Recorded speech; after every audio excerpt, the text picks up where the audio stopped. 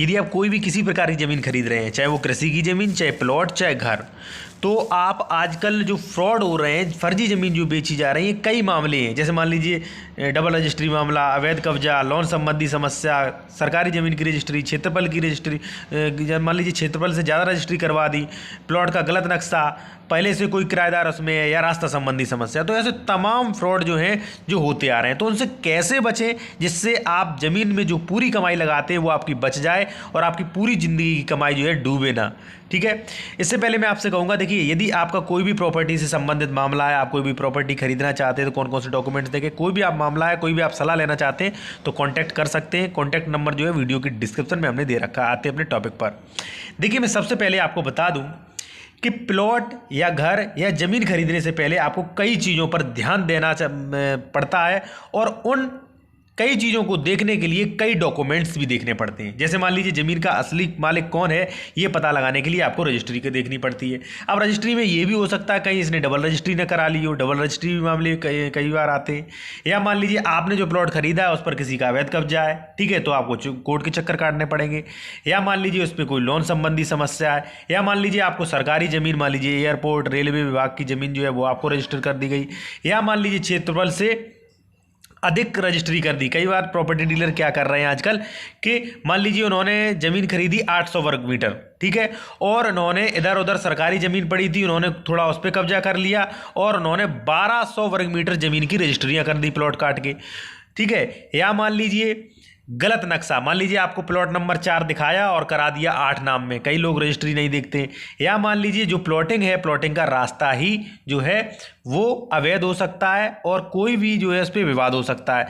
तो ये सभी चीज़ें आपको देखनी पड़ेंगी, और इसके साथ साथ ही आपको जो बहुत एक्सपीरियंस होल्डर एडवोकेट जो हैं, जो बहुत अच्छे एडवोकेट हैं, उनसे आपको मिलना चाहिए और सारे डॉक्यूमेंट्स ये दिखाने चाहिए। जब आप एक प्रॉपर्टी खरीद रहे हैं तो उस प्रॉपर्टी की जांच अवश्य करें।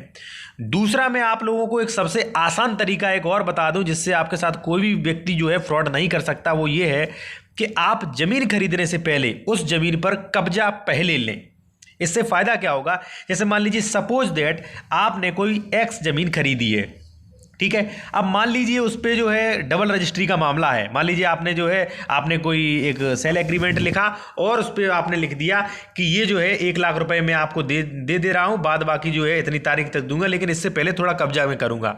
जैसे ही आप उस पर मिट्टी डलवाते हैं या कोई निर्माण कार्य हल्का फुल्का करवाते हैं, विवादित ज़मीन होगी, या मान लीजिए उसका कोई दूसरा मालिक है, या मान लीजिए सरकारी ज़मीन है, या मान लीजिए कोई विवादित ज़मीन होगी, तो आप जैसे ही उस पर कब्जा निर्माण करेंगे आपको तुरंत पता चल जाएगा, वो लोग आपको तुरंत रोक देंगे।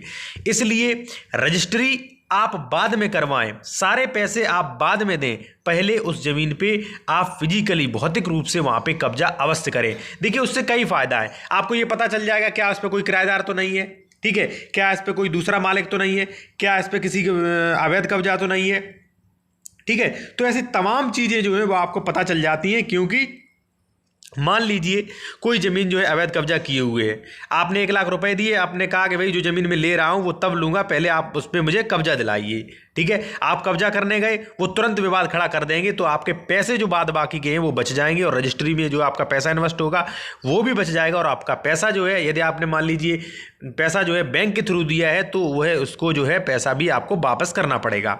तो प्रॉपर्टी कोई भी आप खरीद रहे हैं उस पर कब्जा निर्माण पहले आप थोड़ा करें, क्योंकि इससे ये आपको पता चल जाएगा कि इस पे कोई विवाद तो नहीं है।